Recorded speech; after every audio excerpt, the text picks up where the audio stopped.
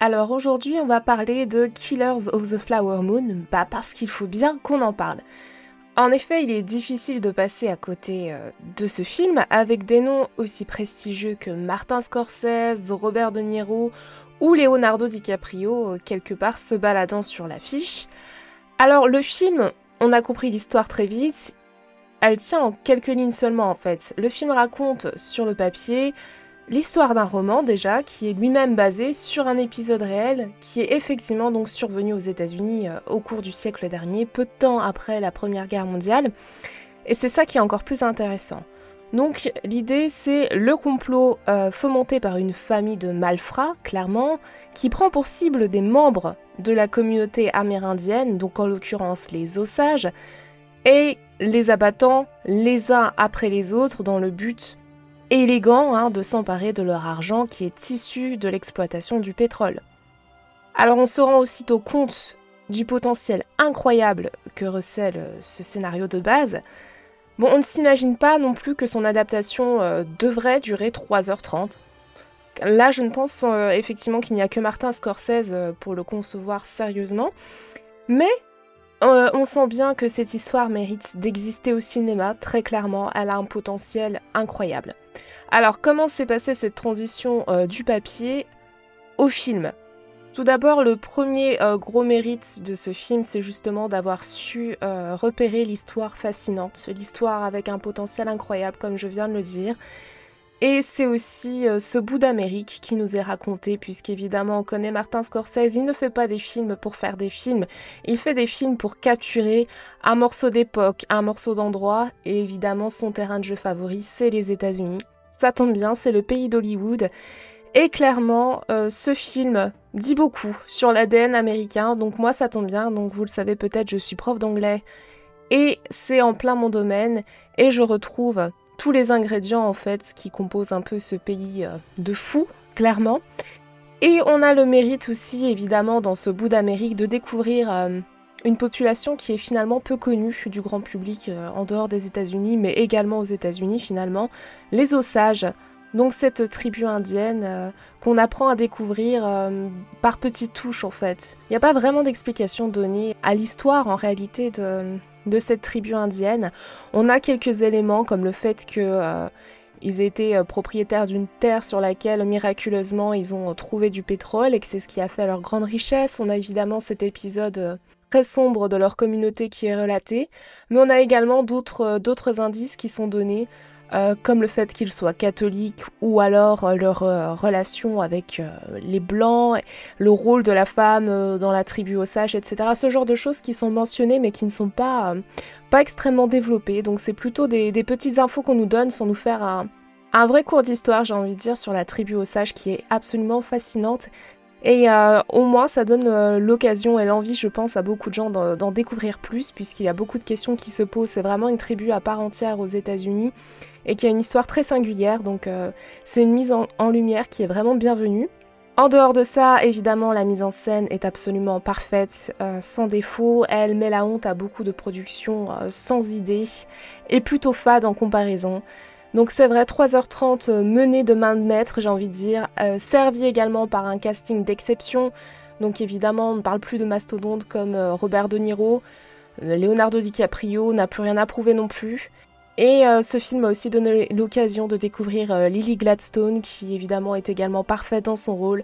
Donc là encore une fois, il n'y a rien à dire. Pitch incroyable, casting d'exception, mise en scène parfaite. Il reste que 3h30, c'est long.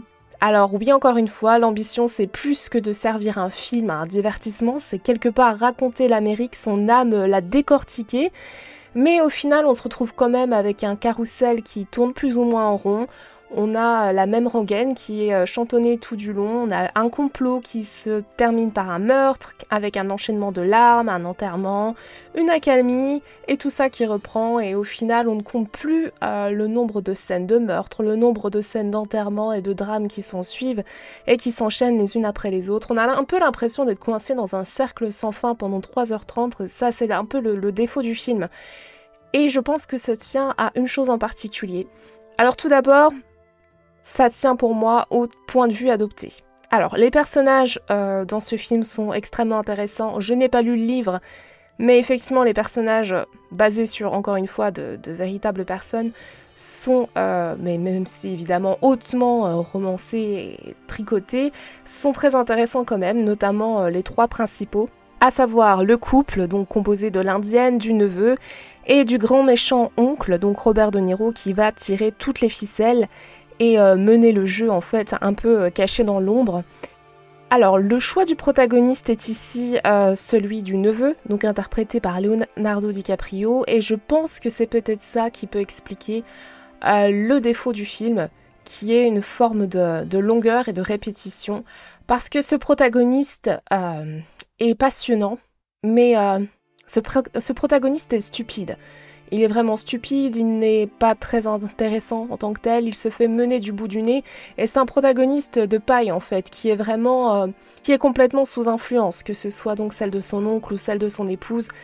Il n'a aucune, semble-t-il, volonté propre, et donc, étant donné qu'on est un peu pris au piège de son point de vue, on est pris au piège d'un point de vue qui vole au ras du sol tout le temps. Alors plusieurs autres choix de protagonistes auraient pu être opérés, je pense. On aurait pu évidemment avoir une version plus dark, plus manipulatrice, si on s'était concentré davantage sur le personnage de l'oncle qui tire toutes les ficelles et qui met en place ces meurtres successifs.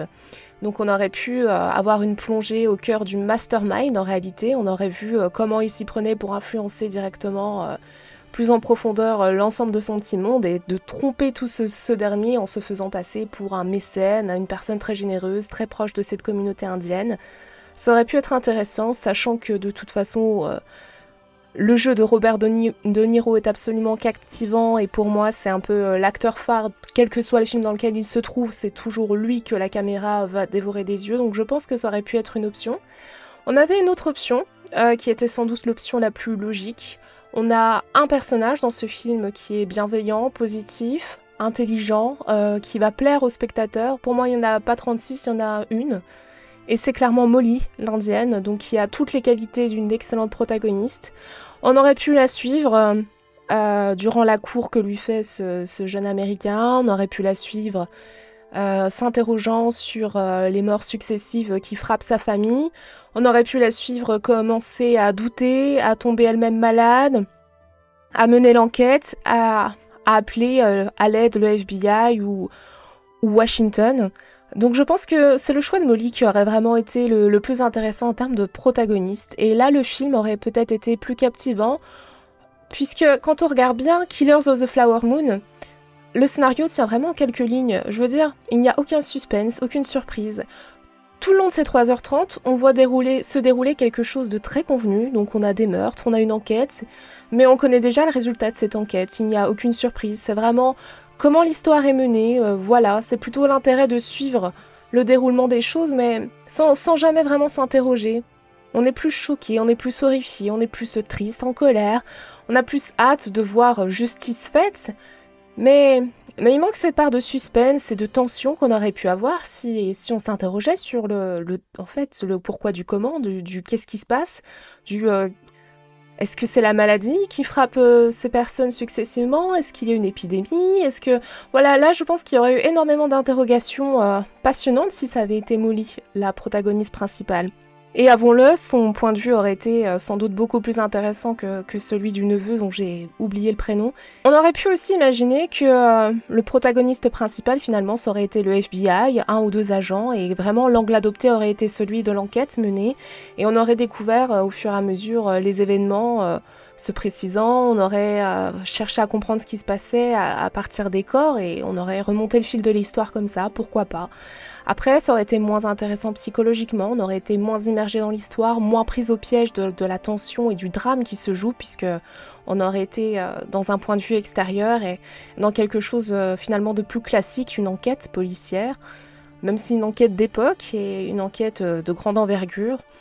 Mais non, vraiment, je pense que c'est le choix du protagoniste peut-être qui pêche le plus dans ce film, qui par ailleurs est une très grande réussite, hein, ne doutons pas de ça. Mais vraiment, j'aurais été très intéressée de voir ce film du point de vue de Molly et d'y ajouter vraiment du suspense, pas juste de raconter une histoire dont on connaît la fin avant la première demi-heure, tout simplement en visionnant la bande-annonce, mais vraiment d'avoir du mystère et de l'attention ajoutée à cette création. Je pense que ça aurait pu ajouter un vrai coup de peps à Killers of the Flower Moon. Bon voilà, voilà un petit peu pour mes réflexions concernant ce film. Je l'ai vu maintenant il y a un certain nombre de semaines et c'est vrai que je n'ai pas envie de le revoir, hein. C'est sans doute encore trop frais dans ma mémoire tout simplement, mais j'y pense régulièrement parce que la mise en scène était vraiment belle et j'ai trouvé les personnages assez criants de vérité par moments et les interprétations très très très convaincantes. Donc voilà, c'était un très bon film et je voulais partager mes pensées à ce sujet et donc n'hésitez pas à me dire ce que vous pensez de tout ça dans les commentaires. J'ai juste une pensée sur le fait qu'effectivement, peut-être que le film aurait pu être plus intéressant. Des fois, il suffit simplement de changer de perspective en fait pour donner une autre ampleur à une œuvre. Après, je sais encore une fois que cette œuvre-là est basée sur un livre que je n'ai pas lu, donc j'imagine que l'œuvre originale emprunte et prend le point de vue justement du neveu, qui est finalement l'exécutant de son oncle. Mais voilà, j'aurais une petite curiosité concernant Molly et si elle avait pu avoir un rôle plus actif qui aurait plongé le spectateur dans une enquête en fait, tout simplement. J'avais une autre réflexion aussi, c'est que l'histoire qui nous est présentée entre Molly et le neveu est une histoire romantique. Très clairement, on nous montre un homme qui est amoureux de sa femme. Il y a des scènes touchantes entre eux, des scènes d'intimité douces et finalement plus romantiques que ce qu'on peut trouver dans finalement pas mal de romances. On sent qu'il y a un amour vrai, sincère. Et je me demande pourquoi en fait se concentrer autant à développer cette histoire d'amour, vraiment y accorder autant d'importance, sans doute pour montrer l'ambiguïté des personnages, l'ambiguïté de l'histoire. Mais c'est quand même sacrément malsain quand on prend en compte le fait qu'il est littéralement en train de la tuer en fait, qu'il a massacré toute sa famille et qu'il est en train de la tuer elle-même. Et donc dans le genre relation toxique, je pense que Killers of the Flower Moon se pose bien là. Et donc c'est vrai que c'est un choix osé finalement. Sans doute oui, parce que est-ce qu'il est possible de faire vraiment un film de 3h30 sans histoire d'amour, sans vraie romance? Oui. Et quelque part, ça aurait été plus cohérent, même si je pense encore une fois que l'idée c'était de montrer l'ambiguïté des personnages et de pas de faire des choses simplistes, mais n'empêche que dans la vraie vie, on a du mal à concevoir que cet homme ait vraiment profondément aimé sa femme. Au final, est-ce que ce développement particulier ne serait pas une perte de temps? Est-ce qu'on n'aurait pas pu développer des choses plus intéressantes, potentiellement comme finalement la culture osage ou vraiment l'atmosphère de l'époque, vraiment davantage sur ce monde américain d'après Première Guerre mondiale. Pourquoi pas? Bon, après, je sais bien qu'il s'agissait de faire un film vraiment sur l'intimité d'une famille, de personnages. Mais voilà, c'était juste une question que je me posais tout simplement. Est-ce que c'était pertinent? Est-ce que c'était le meilleur choix? Et peut-être que oui. Peut-être que oui. J'ai du mal finalement à voir comment aurait été le film sans cet axe aussi développé. Peut-être qu'il aurait été moins long.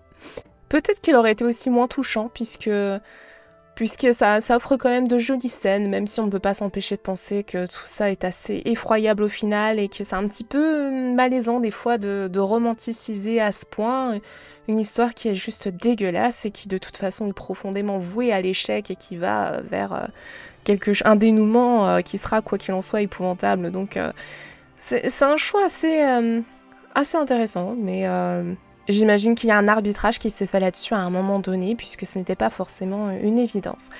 Enfin voilà, juste quelques réflexions sur ce point-là en particulier. Donc voilà, c'est tout pour ce retour. N'hésitez pas à me partager vos opinions dans les commentaires. Et on se dit à très vite pour une prochaine vidéo.